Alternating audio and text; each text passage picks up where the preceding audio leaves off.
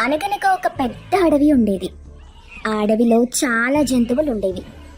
ఒకసారి ఒక వేటగాడు అడవిలోకి ప్రవేశించాడు. వాడు చాలా దుర్మార్గుడు.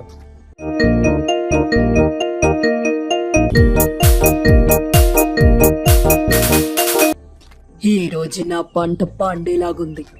పెద్ద పెద్ద జంతువుల్ని వేటాడాలి, వాటిని అమ్మి సొమ్ము చేసుకోవాలి అని పగటి కలలు కంటూ అడవిలో తిరగసాగాడు. అదే సమయంలో ఒక పొద నుండి పెద్ద పులి వేటగాడిపై దూకింది. దాంతో వేటగాడు చాలా భయపడిపోయాడు. నిలువెత్తు కంపించిపోయాడు. క్షణాల్లో వేటగాడు తేరుకొని పులి బారి నుండి తప్పించుకొని దగ్గరలో ఉన్న ఒక చెట్టును గబగబా ఎక్కేశాడు. వేటగాడు చెట్టెక్కిన తరువాత అక్కడ ఒక ఎలుగుబంటి ఉండటం గమనించాడు. ఇంకేముంది, వేటగాడి పై ప్రాణాలు పైనే పోయాయి. వాడికేం చెయ్యాలో తోచలేదు. కిందకు దిగితే చెట్టు కింద ఉన్న పులి చంపి తినేయటం ఖాయం.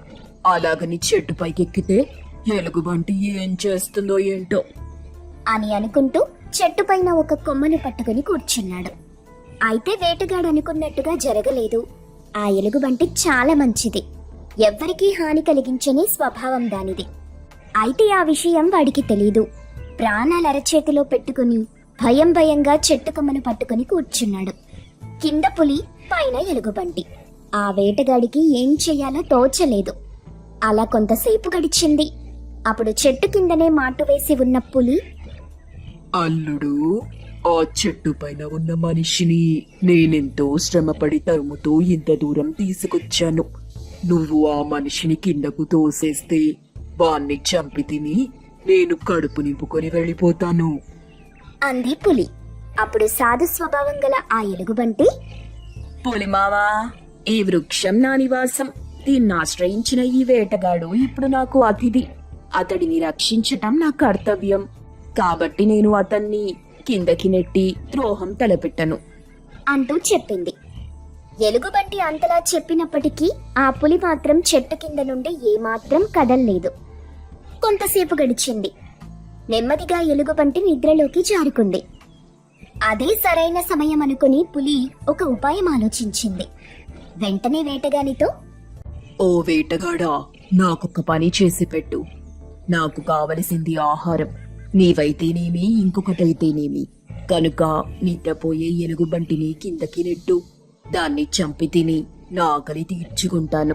నిన్ను వదిలిపెట్టి వెళ్ళిపోతాను అంది. దుర్మార్గుడు, స్వార్థపరుడైన వేటగాడు తనను తాను పులిబారి నుండి రక్షించుకోవడానికి ఇదే సరైన మార్గం అనుకున్నాడు. నిదురిస్తున్న ఎలుగుబంటిని తన బలమంతా ఉపయోగించి కిందకి నెట్టాడు. ఎలుగుబంటి కిందకి పడుతూ ఉంటే అదృష్టవశాత్తు దానికి చెట్టు కొమ్మ ఒకటి చేతికి దొరికింది. ఎలుగుబంటి మంచితనమే దాని ప్రాణాన్ని కాపాడింది. ఆ కొమ్మ ఆధారంగా ఎలుగుబంటి నిదానంగా చెట్టుపైకి ఎగబాకింది. దాన్ని గమనించిన పులి, ఓ అల్లుడు, చూసావా ఈ మనిషి ఎంతటి కృతజ్ఞుడో, ఎంతటి దుర్మార్గుడో. నీవు చేసిన ఉపకారాన్ని అప్పటికప్పుడే మర్చిపోయాడు.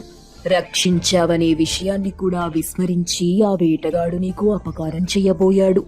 అలాంటి వాడిని నీవిక ఉపేక్షించకూడదు. తక్షణమే వాడిని కిందకు నెట్టు. వాడికి నా చేతిలో తగిన శాస్తి జరుగుతుంది అని పలికింది పెద్ద పులి. అప్పుడు ఉదాత్త స్వభావం గల ఆ ఎలుగుబంటి, పులిమావా, నువ్వు చెప్పింది నిజమే కావచ్చు, కానీ ఎవరి స్వభావం వారిది. అపకారం చేయటం ఆ మనిషి స్వభావం. కానీ ఎటువంటి వారికైనా ఉపకారం చేయటమే నా స్వభావం. నా స్వభావానుసారం నేను ప్రవర్తించాను. ఇకపై కూడా అలాగే ప్రవర్తిస్తాను. ఎవరి పాపానికి వారే పోతారు. నేను చేసుకున్న పుణ్యం నా దగ్గరే ఉంటుంది. అదే నన్ను ఎల్లవేళలా కాపాడుతుంది. కాబట్టి నువ్వు చెప్పినట్టుగా ఆ వేటగాడిని కిందకు నెట్టను. ఇక నీ ప్రయత్నం ఇంతటితో విరమించి ఇక్కడి నుండి వెళ్ళిపో అంటూ చెప్పింది.